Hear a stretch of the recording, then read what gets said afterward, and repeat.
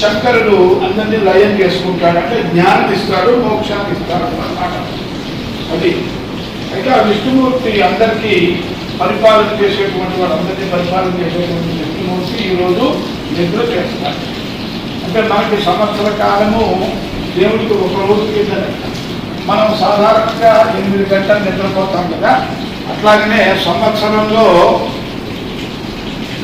అంటే ఒక రోజుగా తీసుకున్నట్లయితే 8 గంటలు, సంవత్సరానికి 12 మాసాలు, రోజుకి 24 గంటలు. కాబట్టి 24 గంటల్లో 8 గంటలు అంటే 3వ రోజు, అంటే 4 మాసాలు, 12 మాసాల్లో 4 మాసాలు. ఆ 4 మాసాలు అంటే 8 గంటలు మన లెక్కలో. మన లెక్కలో 4 మాసాలు, భగవంతుడి లెక్కలో 8 గంటలు.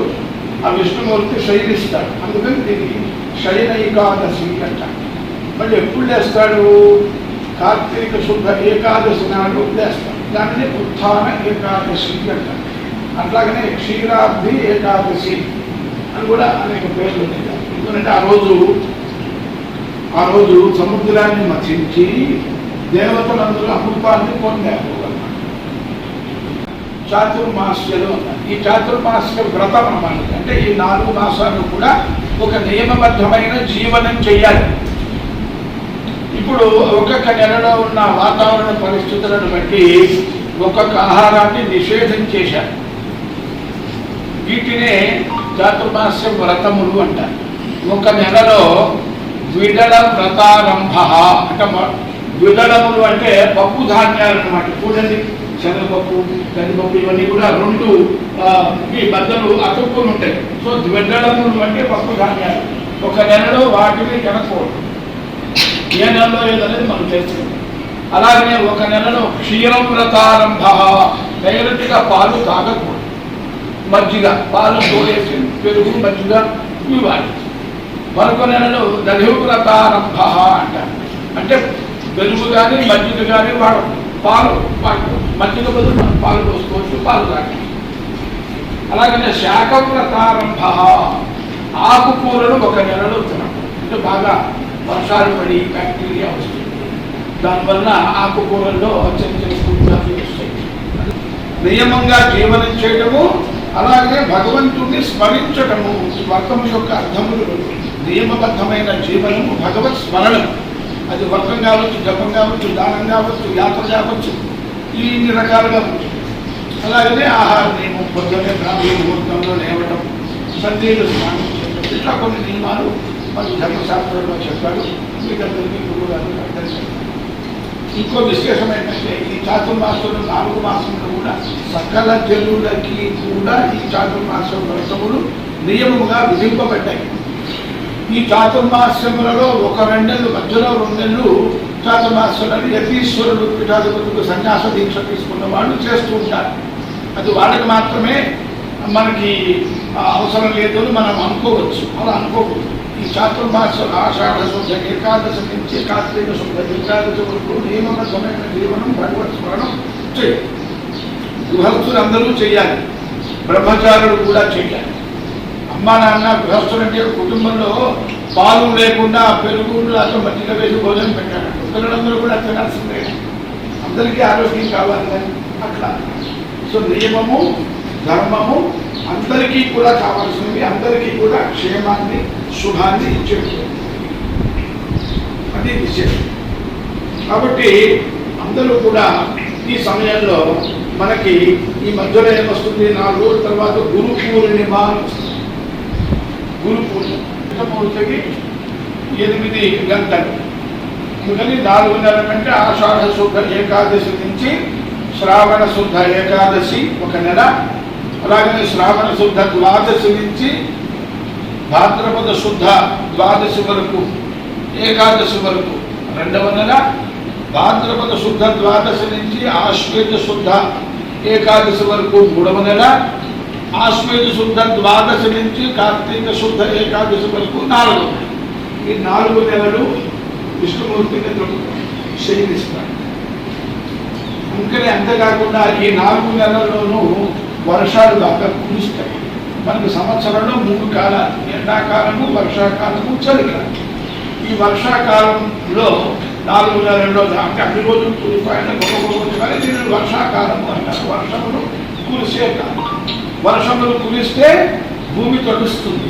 భూమిలో ఉన్న విత్తనాలు చక్కగా సస్యాలు అంటారు. మనకు కావాల్సిన ఆహారము, పంటలు, పూలు, చెట్లు, పండ్లు ఇవన్నీ కూడా బాగా పెరుగుతాయి. మనకే కాదు పశుపక్షాలకు ప్రాణులందరికీ ఆహారం లభిస్తుంది. అయితే దాంతోపాటు క్రిమికీటకాదులు అనారోగ్యాన్ని కలిగించేటువంటి బ్యాక్టీరియా అంటారు. అవన్నీ సూక్ష్మజీవులు కూడా వస్తాయి. అందుకని మనం ఆహారం నియమంగా తీసుకోవాలి.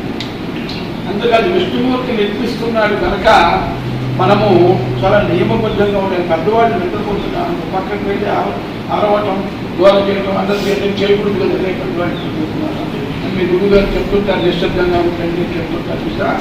అలాగనే మనల్ని పరిపాలన చేసే విష్ణుమూర్తి కనుక మనము చాలా భక్తిగా, శ్రద్ధగా, నియమంగా, మౌనంగా ఎక్కువసేపు ఒకవేళ మాట్లాడుతుంటే భగవన్ నామించి అక్షరములు ఇవన్నీ కూడా బయలుదేరినాయి. కావ్యాలు, నాటకాలు, ఇతిహాసాలు, సూత్రాలు అన్నీ కూడా బయలుదేరాయి. వేదవ్యాస మహర్షి అద్భుతమైన పని 3 పనులు చేశాడు. బ్రహ్మసూత్రాలు రాశాడు. అతి సూక్ష్మంగా బ్రహ్మతత్వాన్ని, పరమాత్మ తత్వాన్ని చెప్పేటువంటి బ్రహ్మసూత్రాలు 555 బ్రహ్మసూత్రాలు అందించాడు. అది మీరందరూ బాగా పెద్దవాళ్ళయి, వేదం పూర్తయి, శాస్త్రం పూర్తయి, నోట్లో వేలు పెట్టుకోకుండా శాస్త్రం పూర్తయి ఇంకా జిజ్ఞాస కలిగినటువంటి వాళ్ళు వేదాంత శాస్త్రం అధ్యయనం చేసేటప్పుడు ఈ బ్రహ్మసూత్రాలను అధ్యయనం చేస్తారు. ఇప్పుడు మనందరం వేదం చదువుకుంటున్నాం. మీరు వేద విద్యార్థులు, మీరు యజుర్వేదం తర్వాత ఋగ్వేదం చదువుతున్నారు. ఈ ఋగ్వేదము ఇదిగో ఇక్కడి నుంచి ఇక్కడి వరకు ఋగ్వేదము. ఈ ఋగ్వేదము ప్రధానంగా ఆశులాయన శాఖ ఇట్లా శాఖలతో ఆ శాఖకి జన్మత ఆ శాఖలో జన్మించినటువంటి వాళ్ళు ఈ ఋగ్వేదం ఆశులాయన శాఖ సంబంధమైన ఋగ్వేదం చదువుకోండి అని నియమం. ఎవరు చెప్పారు మనకి? వేదవ్యాస మహర్షి.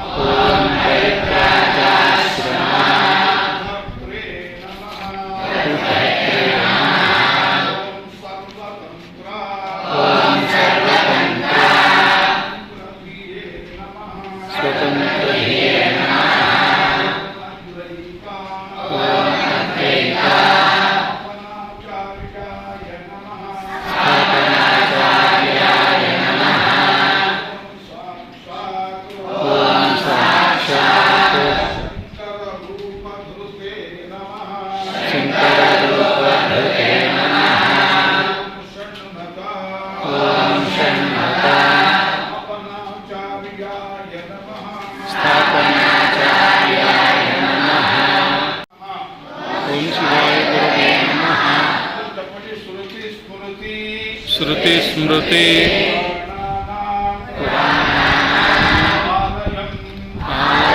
करुणालयं नमामि भगवत्पादा शंकरं लोकशंकरं ओम श्री शंकराचार्य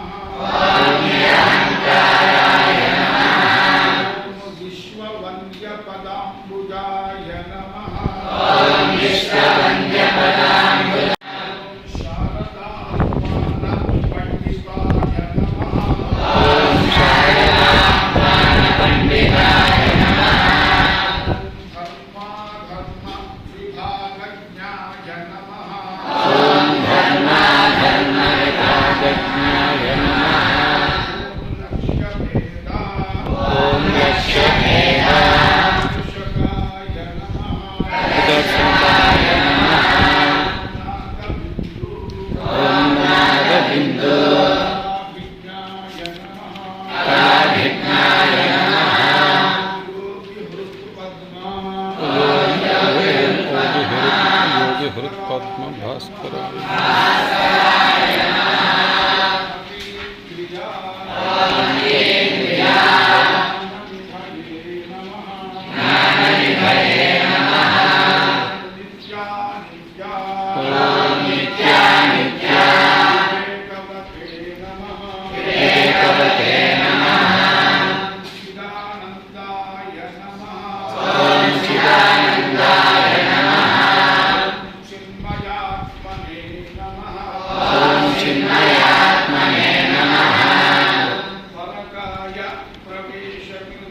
Namaha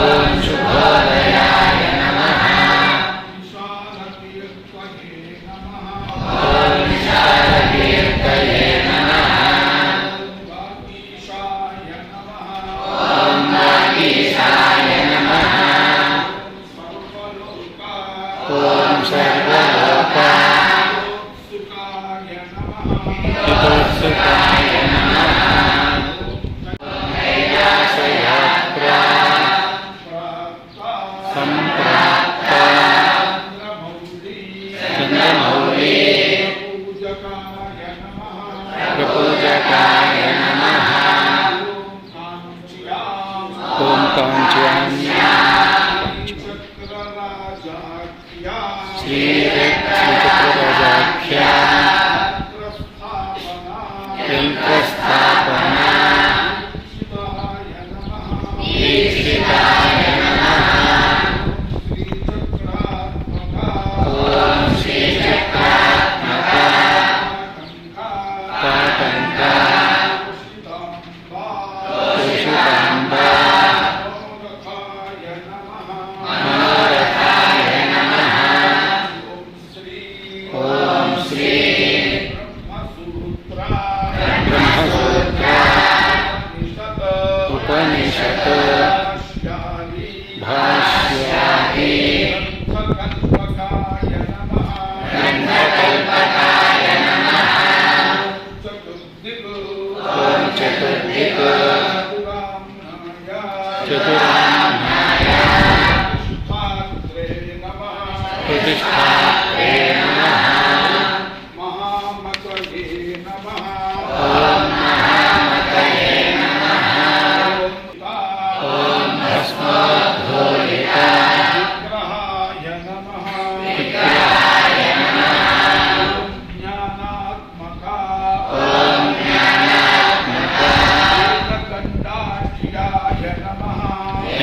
एकदण्डाढ्याय नमः ॐ कमण्डलो सत्कराय नमः ॐ गुरो भूमण्डलाचार्याय नमः ॐ भगवत्पादा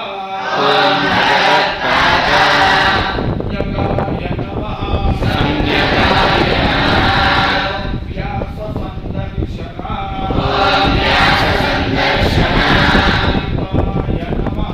पीताय नमः ॐ ऋष्यशृङ्गाय ईश्वराय नमः ॐ सौन्दर्यलहरी मुख्या बहुस्तोत्रा विधायकाय नमः ॐ चतुष्षष्टि कलाभिज्ञाय नमः ॐ ब्रह्मराक्षसा मोक्षदाय नमः ॐ श्रीमन्मण्डला मिश्राख्या स्वयंभू ॐ कोटकाचार्य सम्पूज्याय नमः ॐ पद्मपादार्चिता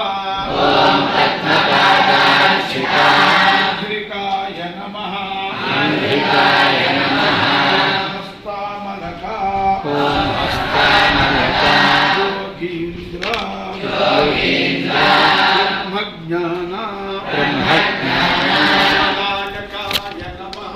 उदायकाय नमः सुरेश्वराख्या ॐ सुरेश्वराख्या सत्शिष्या संन्यासाश्रमा दायकाय नमः ॐ नृसिंहभक्ताय नमः सद्रत्नगर्भा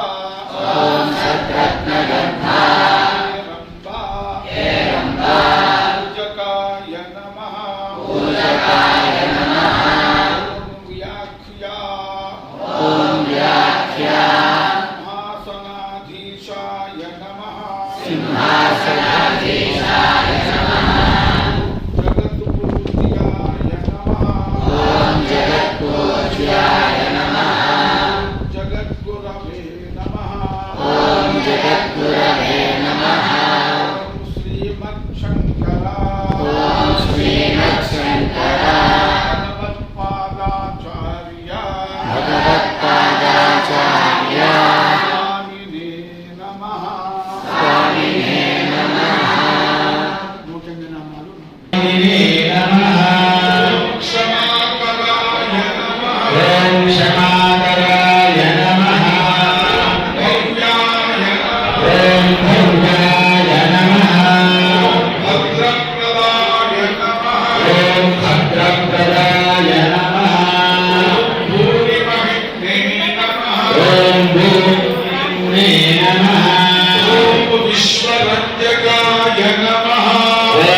विश्वभद्रवे नमः ओम विश्वरंजकाय नमः ॐ विश्वरञ्जकाय नमः ओम स्वप्रकाशाय नमः ॐ स्वप्रकाशाय